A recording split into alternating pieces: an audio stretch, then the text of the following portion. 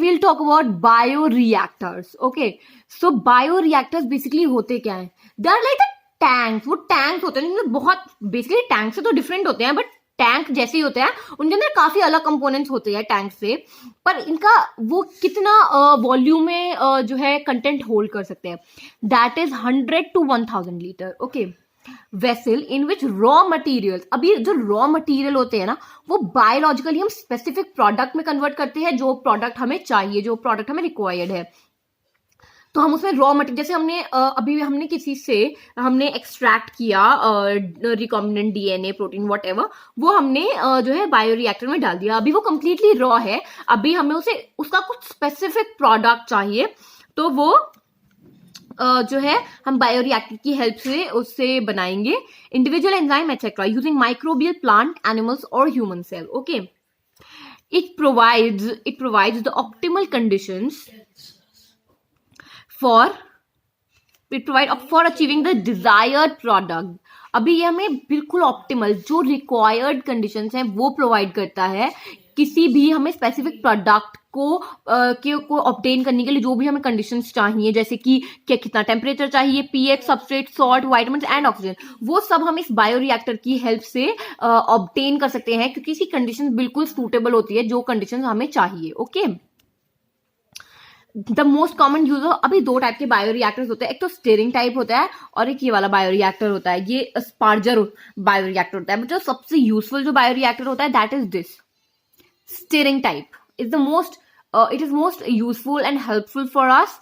अभी इसका कंस्ट्रक्शन क्या है, ये हमेशा 3/4 हम फिल करेंगे, इसकी जो क्वांटिटी है उससे हमेशा हम 3/4 फिल करेंगे, और इसमें हम ये जो है ना मोटर, ये हम इसमें मोटर अटैच करेंगे, और इसमें ये जो है ये वो है बेसिकली कल्चर, इन्हें वो कह लो कटर्स कह लो या कुछ भी कह लो, व्हील टाइप हम इसमें अटैच करेंगे. ब्लेड है ये. अभी जब ये एक ब्लेड तो ऊपर रहेगा, एक ब्लेड हमेशा, ये देख रहे हो आप, ये लिक्विड है इतना, ये लाइन है ना इसके नीचे लिक्विड है, अभी ये एक ब्लेड ऊपर रहेगा, ठीक है, और बाकी सारे ब्लेड जो है वो लिक्विड के अंदर इमर्ज रहेंगे, ठीक है. और ये एक एसिड बेस पीएच कंट्रोल हमने इसमें अटैच किया है कि अगर कभी लिक्विड बहुत ज्यादा एसिडिक हो जाए तो उसमें बेस डाल दो, और बेसिक हो जाए तो एसिड डाल दो. अभी ये स्टीम है, अभी कभी बहुत ज्यादा हॉट हो जाए, कोल्ड हो जाए, तो उसके लिए है ये. अभी जब हम जब बहुत ज्यादा तेज से वो चर्न होगा ना जब इसमें, तो ऊपर फोम कलेक्ट हो जाएगी, तो जो फोम कलेक्ट होगी ना, ये बेसिकली जो ऊपर वाला है ये ब्लेड, ये उस फोम को कट करेगा, ठीक है. ये मोटर हो गई, ये फोम ब्रेकर हो गया, ये this flat bladed impeller, culture broth, इन सबके वही अलग अलग फंक्शंस है अलग अलग लेवल पे. और ये स्टेराइल एयर, अभी जो हमने यहां से डाला है वो यहां से बाहर निकलेगा. ओके, अभी सेम इसी टाइप का ये है, हम इसमें एयर पास करेंगे, एयर बबल जो होंगे ये मतलब बिल्कुल दोनों में सेम है, कुछ डिफरेंस नहीं है ऐसे ज्यादा, बट जो सबसे ज्यादा हम यूज करते हैं वो हम यही वाला यूज करते हैं, ठीक है. इसमें भी हम इसमें एक थर्मोमीटर अटैच होता है. Increase surface area for oxygen transfer, और हम इसमें ऑक्सीजन ट्रांसफर करने के लिए एक सरफेस एरिया होता है. गैस एंटरटेनमेंट होता है कि यहाँ पे जब गैस की फॉर्म में तो आएगी, वो बबल्स प्रोड्यूस होंगे इसमें, ठीक है. अभी जब बबल्स इसमें इंक्रीज हो, जब बबल्स इसमें आएंगे तो वो ऑक्सीजन ट्रांसफर इंक्रीज कर देंगे, ठीक है. Okay, the stirred tank reactor is usually cylindrical or with a curved base to facilitate the mixing of the reactor content. अभी उसका ना ये जो है सिलेंड्रिकल होता है पूरा तो, और कर्व्ड बेस होता है, ताकि जो है मिक्सिंग हो जाए जो भी कंटेंट्स हैं उनकी इजीली, ठीक है.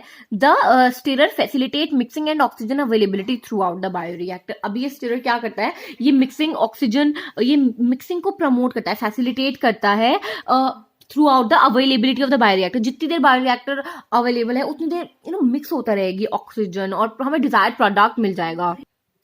तो अब हम स्पार्ज वाले की बात करते हैं. वैसे स्पार्जर पे इतना आता नहीं है, बट फिर भी पढ़ लेते हैं क्योंकि एनसीईआरटी में गिवन है.